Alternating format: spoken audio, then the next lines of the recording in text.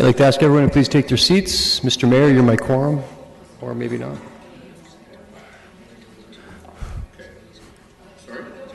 Need you for quorum, except actually one more just left. Oh, Councillor Galloway selects here, we're good.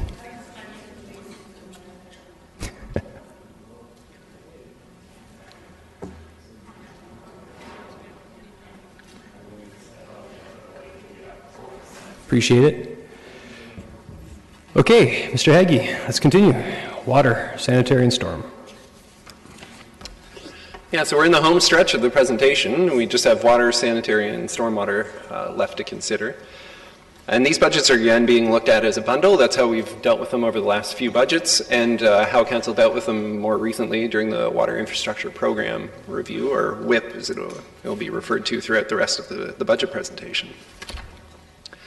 Next few slides just highlight some of the things that were mentioned during the WIP review.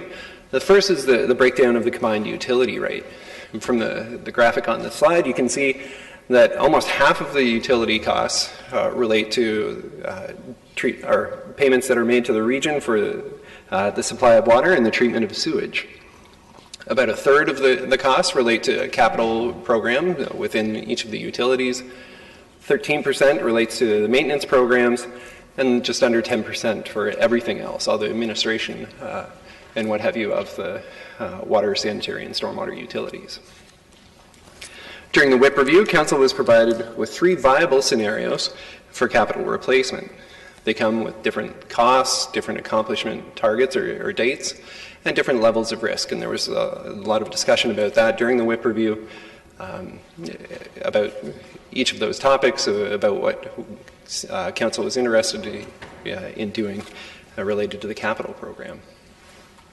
As well, during the WIP review, Council was provided some information about the maintenance programs for each of the utilities. And the information that was provided showed that essentially the review that the sanitary utility was adequately funded in their maintenance programs, but there was a gap between water, what they should be doing and what they are doing, and same with stormwater. Staff recommended and Council endorsed at that session to phase in closing that gap over a 5-year span.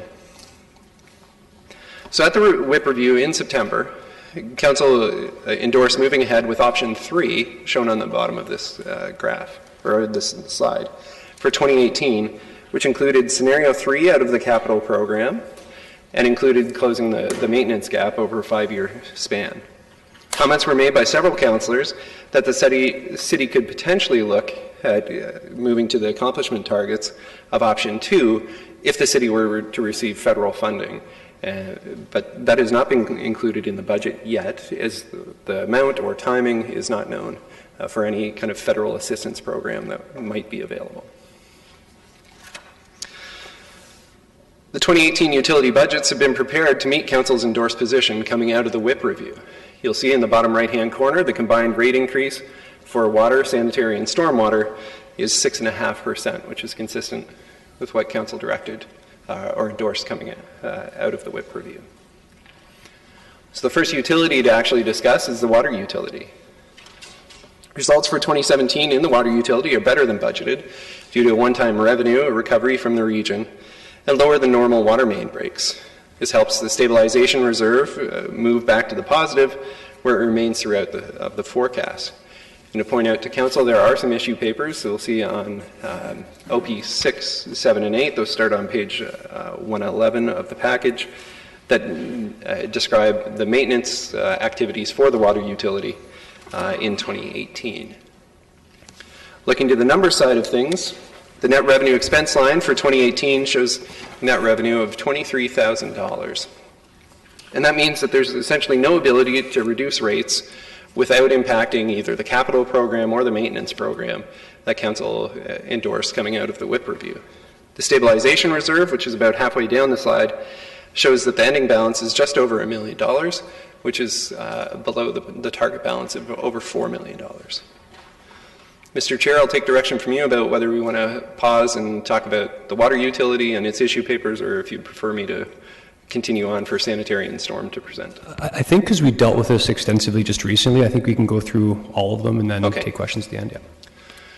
So moving to the sanitary utility, results for 2017 are worse than budgeted due to a wet year. When we have a wet year in the sanitary utility, we have inflow and infiltration, which essentially means that water comes into the sanitary system after it comes out of a customer's home. So that means that we're seeing increased sewage flows, but we're not recovering those costs from our customers, as it's not their flows, it's water that's inflowing or infiltrating into the system after the meter. This causes the stabilization reserve to be negative in 2017, but as we'll see on the number slide, it improves to be positive in 2018 and remain there for all years of the forecast. Again, drawing attention to the net revenue expense box halfway down the slide, you can see that it shows a net revenue of $329,000 for 2018. Coming down just a little bit in the slide, you'll see the stabilization reserve for 2017 moving into 2018 goes from a small negative value to a small positive value, and we need the surplus in 2018 in order to do that.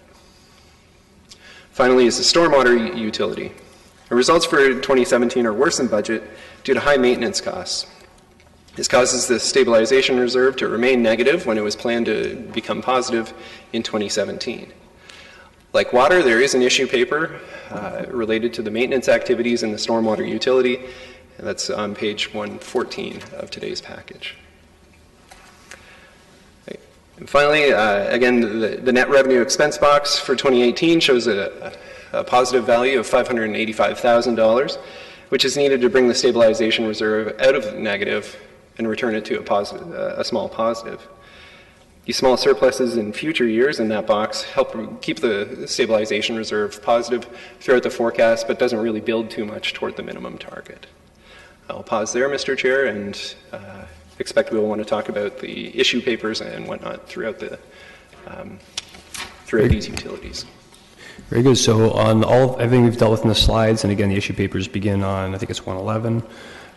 There are a couple people in the queue. Councillor Gazzola. Yeah, I will start off by saying regretfully I was not here in September when you brought the study paper to council, but I am quite pleased with what has come back to council. I just want to remind council that I brought some figures to council last year in the hopes of softening the impact for last year. The figures I brought to council, there were two alternatives. The one was showing a overall 6% increase, and the other one was showing a 7.5% increase. And now, after the study, staff have come out with the 6.5% increase, which is exactly midway where I was last year. So, at this point, there are very few issues that I have with it.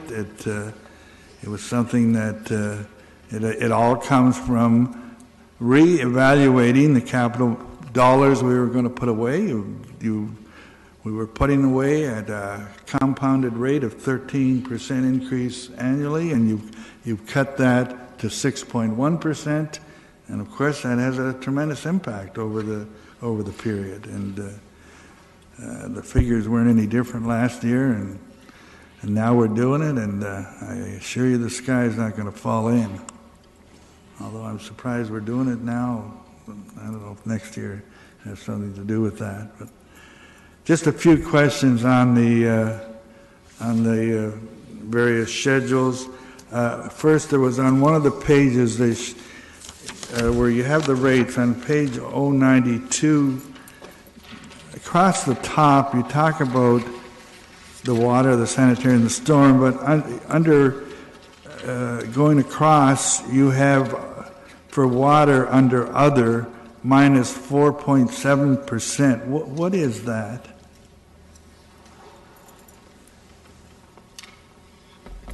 Through the chair, other is essentially everything that's not in the previous three columns, but the biggest change there relates to the amount of surplus being generated by the utility, because the utility was negative.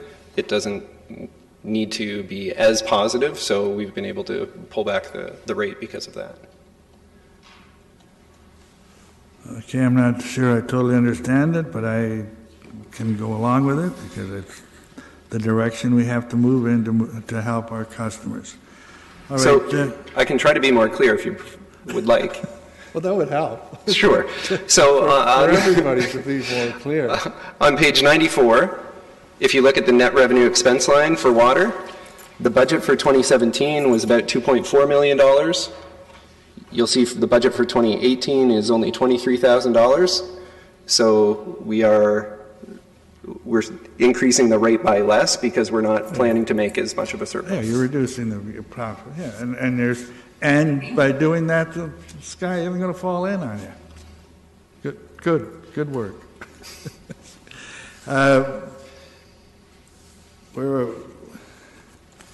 So we are increasing capital by 6.1% across the board. And I looked on 092 and I thought the increase looked a little bit higher than that. No, actually 092 says, 092 it says capital 7.1. Is that right, or should that be 6.1? Through the chair, that is correct. So the 6.1 is in reference only to what we have traditionally called the ARP program. Yes. This is all capital spending. So it includes other things that are not just road reconstruction. Other than that. Okay, that's fine. On page 94, what rate did you use for the 2018 actual sales? So what kind of an increase is that? Like if I look at that and just add 4%, I don't get that. So what else is there? So it's a function of rate as well as consumption. So it would be a 4% rate increase, but then a change in consumption as well. Okay. So, and we still do we know how our consumption has gone this year?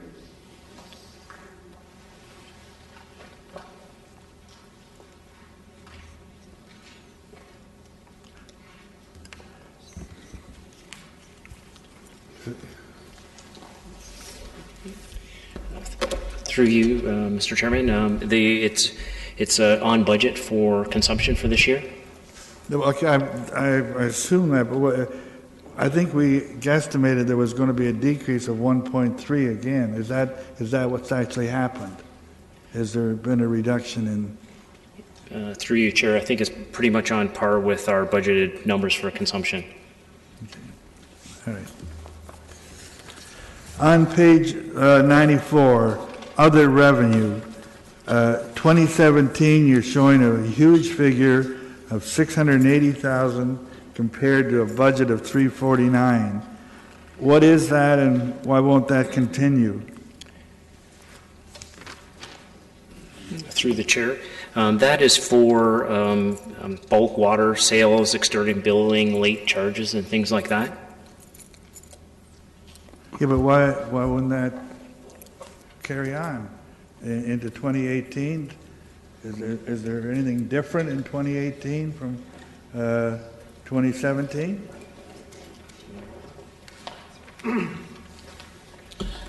Through the chair, so back in 2016, we used to operate the Mannheim area of Wilmot Township. We transferred that over back to Wilmot, and these are funds that are due to us. I think it's to do with the billing. There's an outstanding amount that was due, so that's why it's a one-time. Okay, is that what it is? It's a one-time. And yeah. We're sure of it? There doesn't seem to be any certainty as to what that is. I'll leave that with you, okay? If that's, Councillor Gazzola, your time's expired if you want to queue back in. okay. Councillor Fernandez?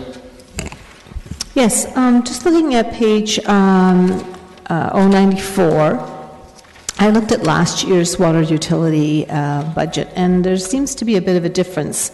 So when I'm looking at the transfer to capital originally last year it was in the budget for 2018 it was 2,913 or 2 million, sorry.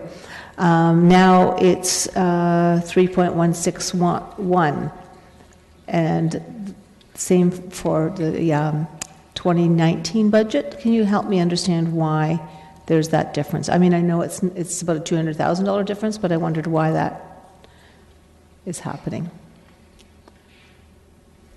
Okay. So between last year's budget numbers for budget 2018 and 2019, there's a difference than what we're seeing on this chart. So it doesn't... Mr. Chapman? Through the chair, I believe you've now received your capital package. At the back of the capital package, there's a summary of all changes from the prior capital budget, so you'll see a water section that itemizes those. I believe a number of water main projects have been added across the forecast, and so that's the primary reason, but I would refer you to capital because that's where all of that detail can be found. Okay, I appreciate that. I'll take a look at that. I also wanted to know, sorry, all my tags here. When we're looking at the discussion about the federal grant request, what have we requested from the federal government to help us with this? Through the chair, we've requested nothing. They've indicated that there will be phase 2 of infrastructure funding coming and that they're working on agreements with the province, but there's no specific details. So there's no program to apply to. We don't even know if we need to apply or if they will just give us funding like they did last time and required us to have a reporting and qualifying projects. Okay. When I'm looking at the request for additional staff, on page 0112, so this is funding for $150,000 included in the 2018 operating budget. The funding is split evenly between water and gas. So this is for another staff person. Is that correct? Through you, Mr. Chairman. No, this is for a contractor, so it's $150,000 split between water and gas for locates, performing locates. Okay. And I know that, I understand that we have to locate every so many days, even though the work may not have been done. But, it talks about explosions and, how many have we experienced in the last number of years? Could you repeat that, please? How many? Well, in the rationale, it talks about the liability and the concern around explosions and, like it says, gas escapes can result in explosions and excavations as well as claims and lawsuits. Well, how many of those have we experienced in the last number of years? Maybe I'll let you go first. So through the chair, I looked it up last week. We've had roughly 40 gas line hits in the last year. Mm-hmm. Out of those 40, roughly half of them are individuals excavating without locates. So that gives you an understanding that every time you hit a gas line, you're exposing the public to escaping gas, and if it were to enter somebody's basement, you're exposing yourself to other risks. Thankfully we haven't had any, but just to give you an understanding, these locates do reduce the risk considerably for gas line strikes. You're correct. I would expect that we're trying to encourage people to do locates as much as possible. But my question is how is this going to help people to do the locates? Does that mean this contractor will be out pushing more people to do more locates, or? We've seen an increase in locates since 2005. We've roughly doubled, I think the number is, in locates, and that's just due to the sheer number of construction. We're seeing the after effect of the LRT, a lot of redevelopment in the downtown core. So their locates expire every 30 days, and a lot of these projects are really large, and they span over several months. So we're out there several times throughout the course of a project. So it is a requirement. It is, and we do see reduced hits because of locates. Okay. My next question is on 0113. And sorry, Councillor Fernandez, if you don't mind, I'll ask you to queue back in. Your time's expired. Councillor Marsh. Yeah, just want to pick up on Mr. Gaber's comment about having to redo the locates after 30 days have expired. Can you help us understand, if we already know where the locations are and they're not really moving on their own, how come we can't just use the resources that we have documented and reconfirm those locations rather than go physically to those locations? So a lot of times with road reconstructions, when you have a locate, they reference a curb, or they'll reference a part of the road that will eventually get ripped up. So as time progresses, I've been to a natural gas line strike where they removed a stop sign and they hit the gas service because it was referencing the gas. They moved the stop sign. So over time, features change and references change, and that's why we have a 30-day expiry. So that's the case for large reconstruction projects for roads. But for homes, like projects where people are renovating or making an addition to their home, there's the reference is the original building that doesn't change location. So can you help us understand, are we legislatively obligated to go back out to those types of calls? So a lot of other utilities, they extend their, they'll have somebody calling in and they'll extend it based on the risk. I'm not sure if we do that here. I can get that information. Yeah, I'm really interested to know, how can we be more efficient with our locating services, A lot of times, like if somebody's putting in a fence, they'll get the locate and they'll do it immediately, so they're not really asking for locates over and over again. Where we get the repeat locates are like projects on the expressway, MTO projects, LRT projects, all sorts of things like that, where it really does make sense to get and what we also do is when we go out after 30 days, we actually spray the lines again out in the field. So a lot of times there's construction debris that covers the locate lines. We'll go out there and freshen them up. So it's a really added benefit from a safety perspective. Okay, thank you. Thank you, Councillor Gazzola. On 094, I look at the operating expenses, and it seems to be there's a 10 or 11% increase. What's happening with operating expenses?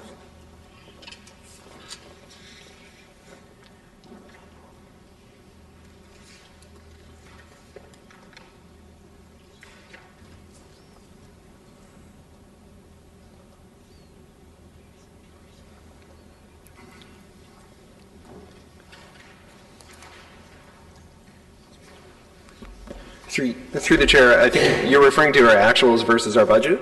Yes. So actuals for 2017 are quite low because there haven't been a whole lot of water main breaks. We anticipate having a kind of a normal year of water main breaks, not a low year of water main breaks. Why do you assume that? Well, we have to assume something. We assume kind of a 5-year average, and we don't pick the low benchmark. Okay, what is that percentage increase from your budget? Pardon? What's that percentage increase from your budget? That's more than a 2% increase. If I go budget to budget. So it's about 500,000, right? Yeah. Which would be 4 or 5%? Yeah, it's quite a bit more than 1.7 or 2%. So what, can you explain what it is?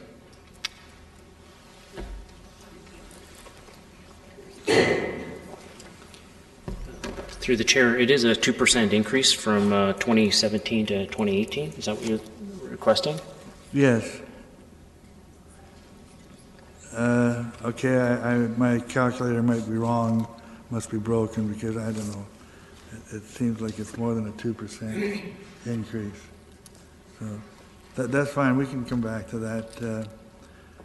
On page 096, again, I tend to look at gross profits, and I'm curious as to why the gross here again is projected to drop from 44% to 40%.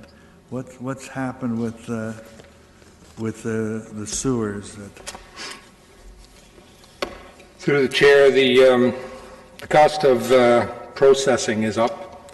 Cost of processing is simply based on the amount of water that got into the system due to the weather. So what are you budgeting for next year? You're going back to 43%. So what? It doesn't follow.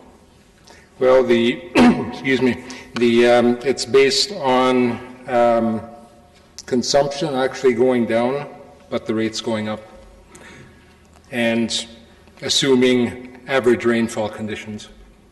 Wait, If you look at the bottom of the page, there's the increase in consumption, which is a minus 1.02%. We level out in 2020. That's because people are saving on water. Yeah, but that's a decrease in consumption, therefore it should cost you less to process it. Not if the rates increase. Pardon? Not if the rates No, increase. the rate, what was, the rate went up 7.9% this year. Yes, so the budget's based on the amount of water times the new rate and the cost of processing based on a normal projection without a wet year, just average years. I can't grasp that around my head. I'll have to look at it further. I'm curious though, can you just remind me, we seem to have this problem with this infiltration of stormwater. Yes. What does that add to us every year? Through the chair, I think I gave a very brief summary a couple of years back, and I'll just reiterate that very, very briefly.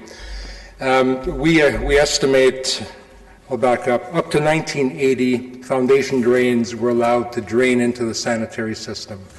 And as you know, foundation drains take the groundwater from around the homes or water that drains down along basement walls.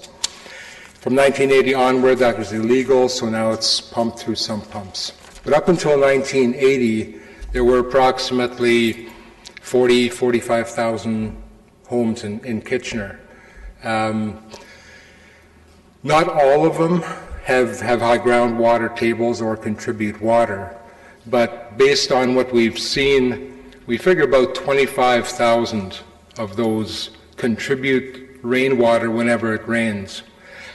We looked at what it would cost to try to eliminate that, and to eliminate that you'd have to go into people's homes, break it open, put on a sump pump, and get the water out. By the time you do that, you're looking at least $25,000 to $35,000 per home. So you're looking at about a $625 million solution. So are we ever going to do anything about that? Through the chair, my recommendation is no. I think we simply deal with what we have and move forward. Yeah. It was tried, if I may expand, it was tried in Elmira through a third pipe to try to eliminate that. That got very, very expensive. It was a regional project and it was discontinued. Yeah. Okay, I'd like to follow up on that, but thank you.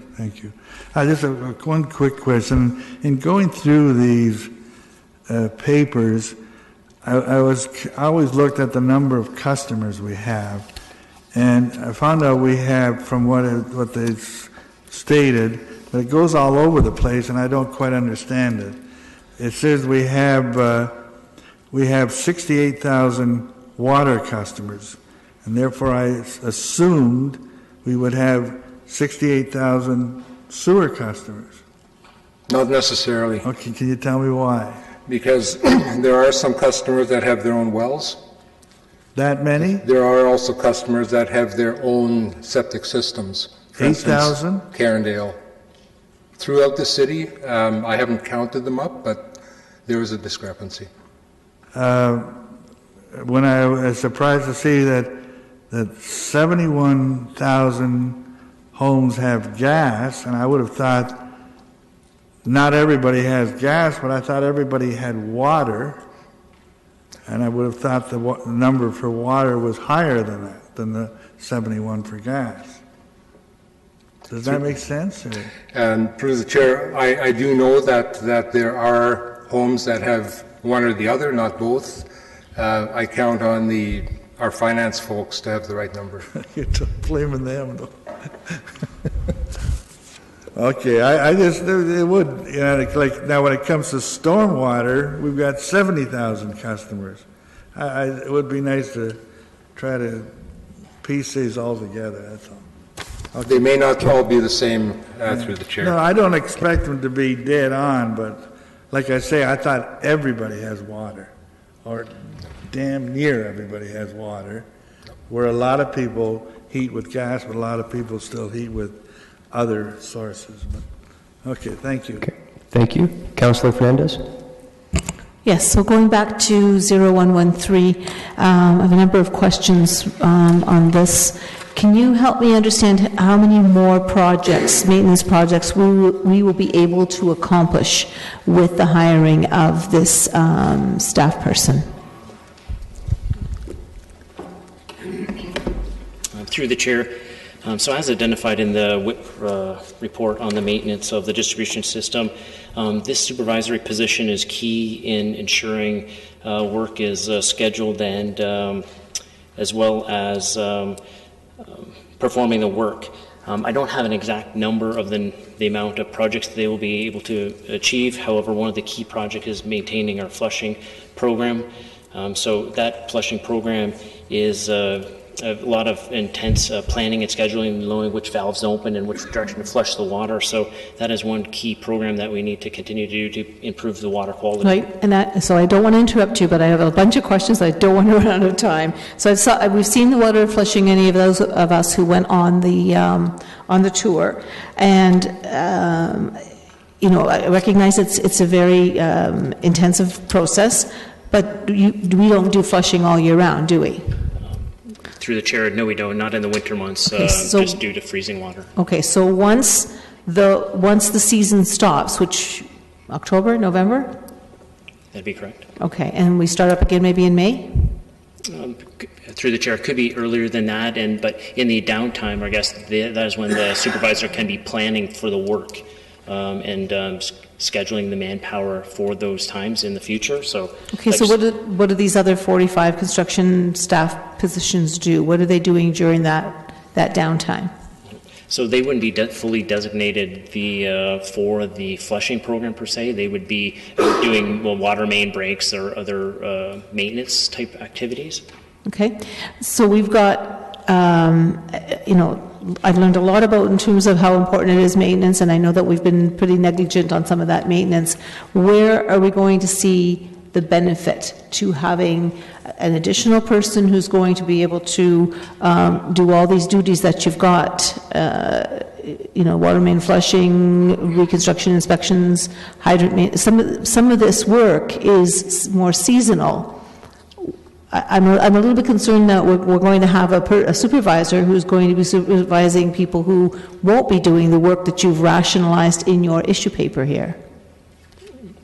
Through the chair, so that work will be throughout the year. There's other maintenance projects that they will be able to work on, maybe some main replacement or something to that effect. I think key planning and scheduling and monitoring the work is important for the supervisor to do, and if effectively you get more efficient of workforce of the people doing the job by pre-planning, and that's through the WIP. We want to go into a proactive instead of reactive, and that's what this staffing position is for, on the proactive side, to have the supervisor be planning the work. So if we're able to get more maintenance work done throughout the seasons that we're doing it in, is the hope that we will see fewer water main breaks? Is that sort of the cost-benefit analysis?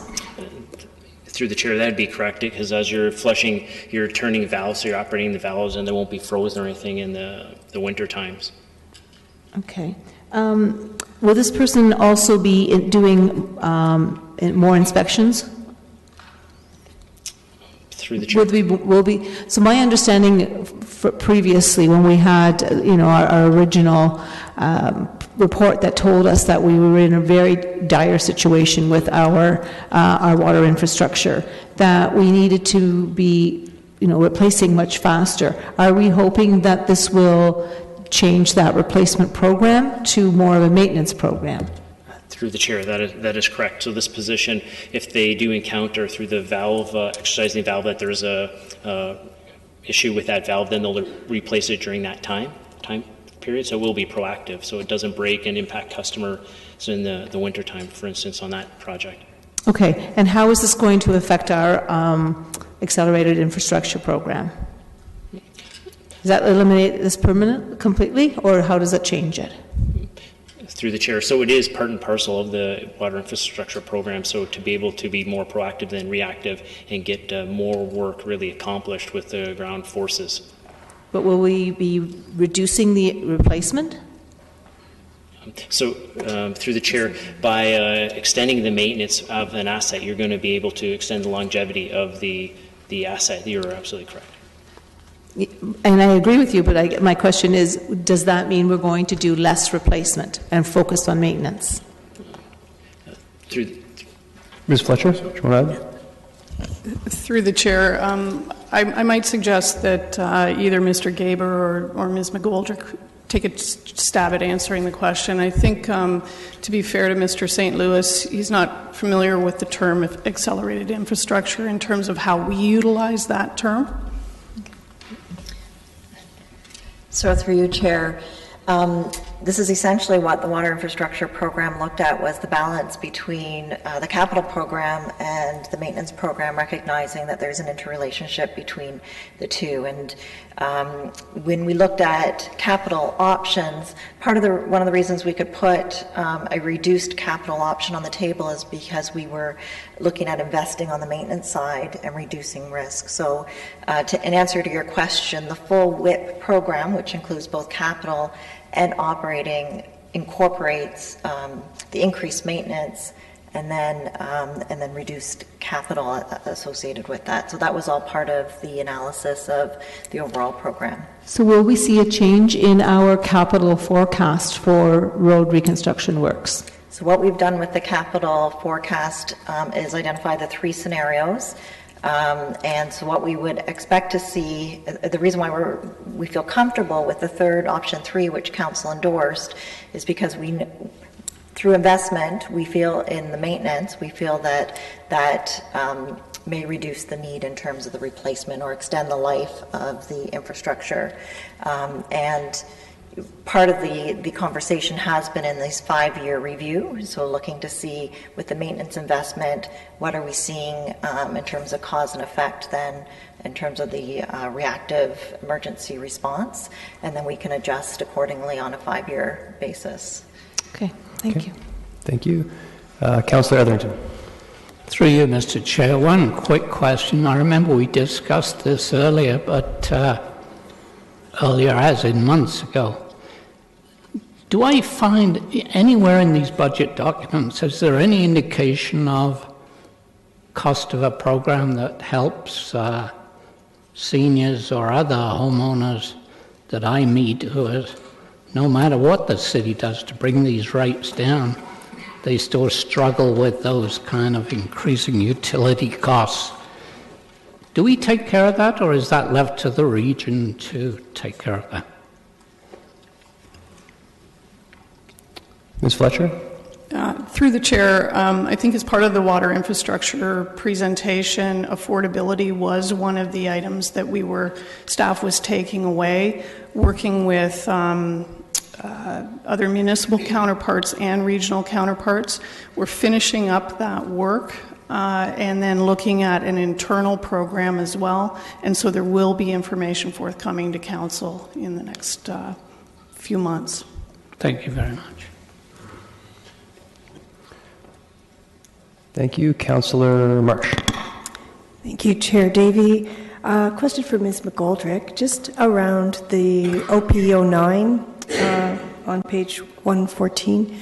Just wondering about the $2 million gap that we're going to start trying to catch up to. And I was a little concerned about the fact that we've got 850 known issues that require repair, and just wondering how many of those do we anticipate being able to address in 2018 based on this funding? So through you, Chair, in terms of a revised target, so one of the reasons why we have over 850 known issues is because we're essentially catching up on our inspection program and uncovering a lot of the issues. So that relates to the backlog. And so what we're anticipating through increased funding and in closing that gap is looking at approximately 100 repairs a year. So we would address that over a long term, and we're looking to catch up to the repairs required over a phased period. 100 repairs a year, but we've only had 58% of the system inspected. So as we inspect more, then we probably anticipate more to be listed as required repairs. That's correct. Okay, and I assume then that the risk has been analyzed and that we're not at immediate risk here, or are you triaging? And are you triaging so that we make sure we address the higher risk elements first? That's correct. So they are assessed in terms of risk and potential impact, and are scheduled accordingly. Did staff consider front loading the funding towards getting these repairs done sooner, rather than spreading it out over, looks like maybe 10 years plus, if we consider future repairs that are not even identified yet? So through the operating, we did not look at front-loading the operating in terms of that initial investment. The other thing with the repairs is that we're also investing on the capital side, and so through road reconstructions, et cetera, in terms of the prioritization of the road reconstruction. So it's one of the prioritization tools is the number of defects in all three of the pipe systems in order to prioritize. So those sections of pipe that have a greater amount of defects are given higher priority in terms of reconstruction. So between both the maintenance repairs and the road reconstructions, we felt that the risk was manageable in terms of the short-term needs. Okay. All right. So what's the anticipated frequency of reporting back regarding the WIP? So can you give us an idea of, let's say you have unanticipated challenges, or things that you learn as you go, which I'm sure you will. So how often will council be updated? So in terms of the overall WIP review, which is the detailed analysis, that would be carried out every 5 years. The reason for that is that gives us starts to identify trend lines that we can illustrate to council. But through annual budget setting, council will have an opportunity to ask questions about failure rates or whatever information council requires in terms of feeling comfortable in setting an annual rate increase. And so certainly information will be brought back on an annual basis as that comprehensive review that we're proposing to be undertaken every 5 years. So okay, that's fine. I'll continue offline. Thank you. Okay. Thank you, Councillor Gazzola. I have you in the queue here, but you've already commented twice, and I've given you significant extra time. This time. Sorry? Councillor Singh said I could have some of his time. Shoot me the email, and I'll believe it. If Councillor Gazzola, you'd be brief, please. No, I haven't asked any questions on all these staff changes, so no, I won't be brief, okay? That's fine?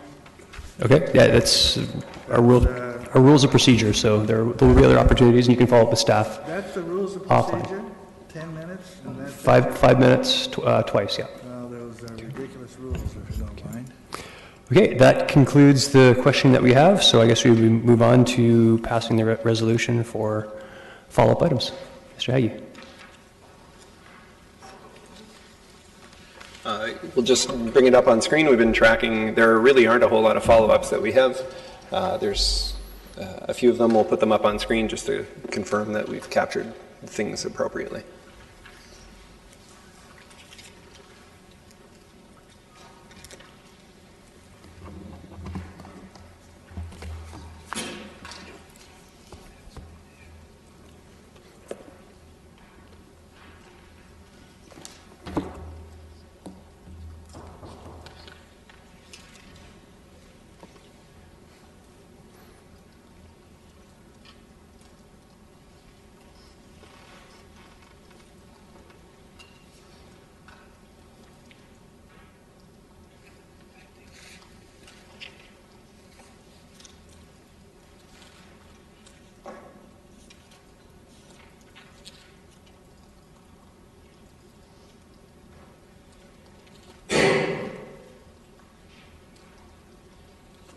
We may need a minute or two, but we'll get there.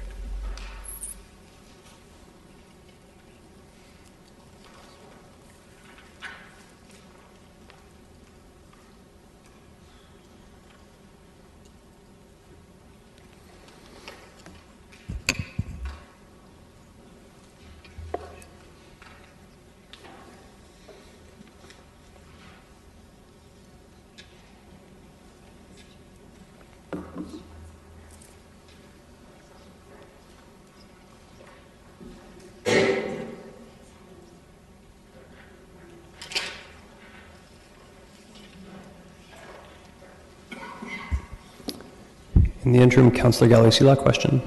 I just had something to add. I know we heard for the additional assessment growth. One thing I'd like to add to that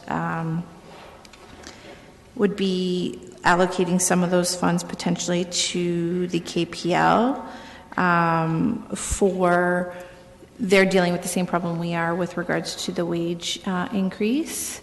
And I'm hearing that it's $80,000 this year and $50,000 next year. So I'm just wondering if that can be given some thought as well through the additional assessment growth.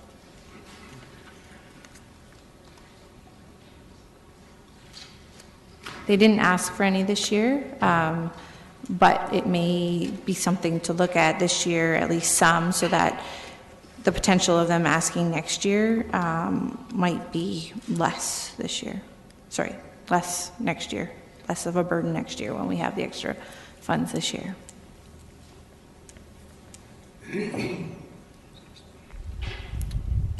Okay, Councillor Fernandez.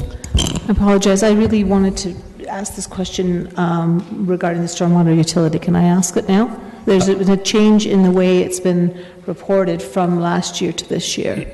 In fairness, I'd ask that you follow up offline because I just didn't let Councillor Gazzola, because you used your allotted time as well in that section.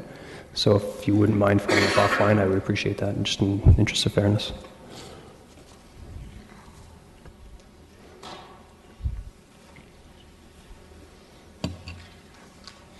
So through the chair, we have the items that we've tracked throughout the day. There's 2 for issue paper follow-up, so items 5 and 6. Most of the others we anticipate would come back through an email, so item 1 to 7, and then we've highlighted 3 and 4 in green as they relate to minimum wage, and there was an indication that there would be a discussion in caucus at a future date about those, so I think it just makes sense to have those be part of that report back to caucus, so we have all the information at the same time. Okay, while everyone's reviewing, there are a couple people in the queue. Councillor Marsh. Thanks. I just wonder regarding the general revenue line number 5, if we might also just add as an option to add to the tax stabilization reserve fund with a view to having some flexibility with any of those options, all or any of the above. So just to keep our options open. I mean, Tier 2 we're not going to talk about till March, so it would be too late if I don't want to just put something in anticipating that Tier 2 grants will need additional funds. Thanks. Thank you. Councillor Ioannidis. Thank you. Thank you, Chair Davey. For the additional, for general revenue, I would like to see whether, how the funds could be used towards the tree canopy and the maintenance.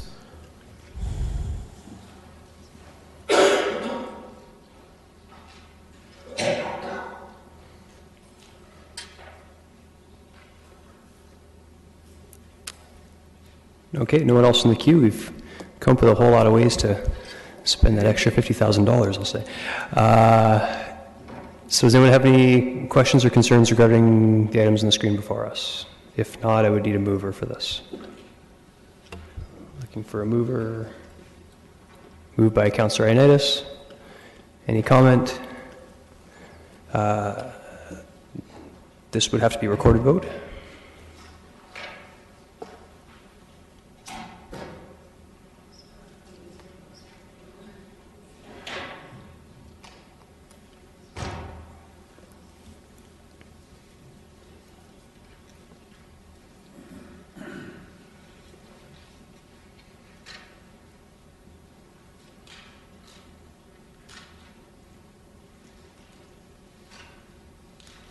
Oh, sorry, voting's open.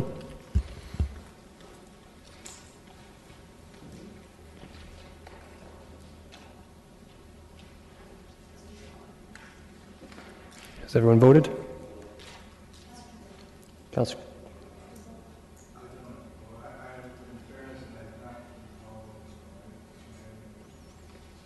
Okay, so that will be voted, that will be registered as a negative, but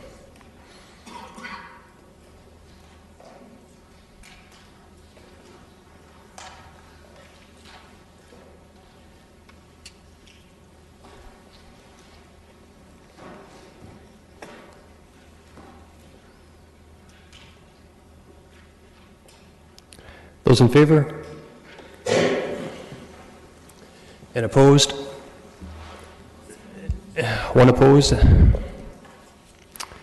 That concludes Finance and Corporate Services meeting. Again, we'll all reserve comments. I would like to say again, good work by staff and council at this point, and look forward to capital budget next week. Mayor Rabinovich.